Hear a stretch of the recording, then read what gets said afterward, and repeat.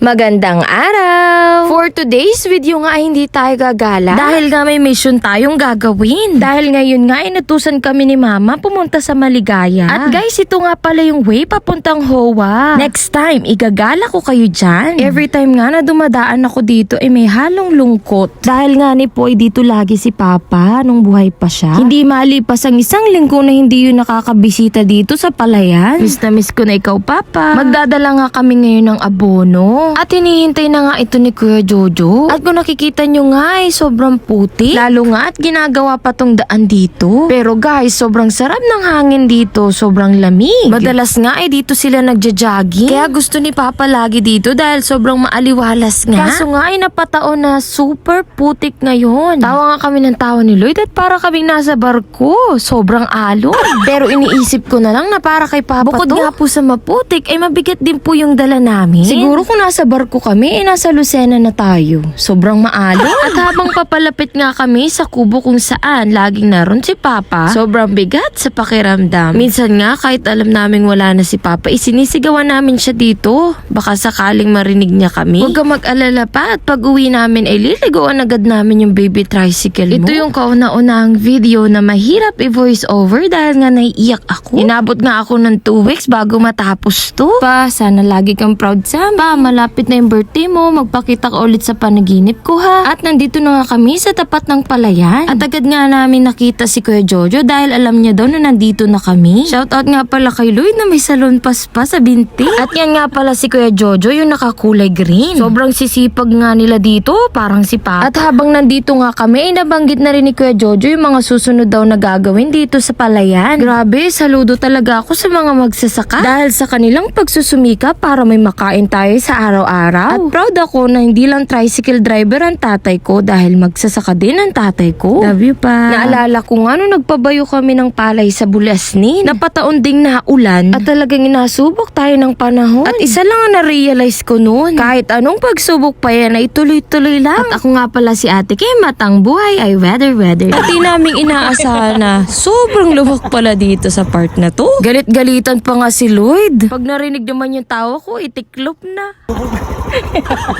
No choice nga at kailangang itulak pa urong. At sa kabila na nga din kami dumaan guys. Pero maputik pa din. Diretso na nga kami sa pagpapalinis ng tricycle. Samahan niyo ulit kami guys. Very quick nga at andito agad kami sa Puras para maglinis ng tricycle. O diba parang inikot na rin namin yung buong riverside. Mahal na mahal nga to ni Papa ang tricycle niya. O Papa, nilinisan na namin yung tricycle mo ha. Sa kapalbaga ng putik sa Maligaya dapat talagang maliguan na to. So hanggang dito na nga lang muna tayo mga guys. Salamat po sa panonood.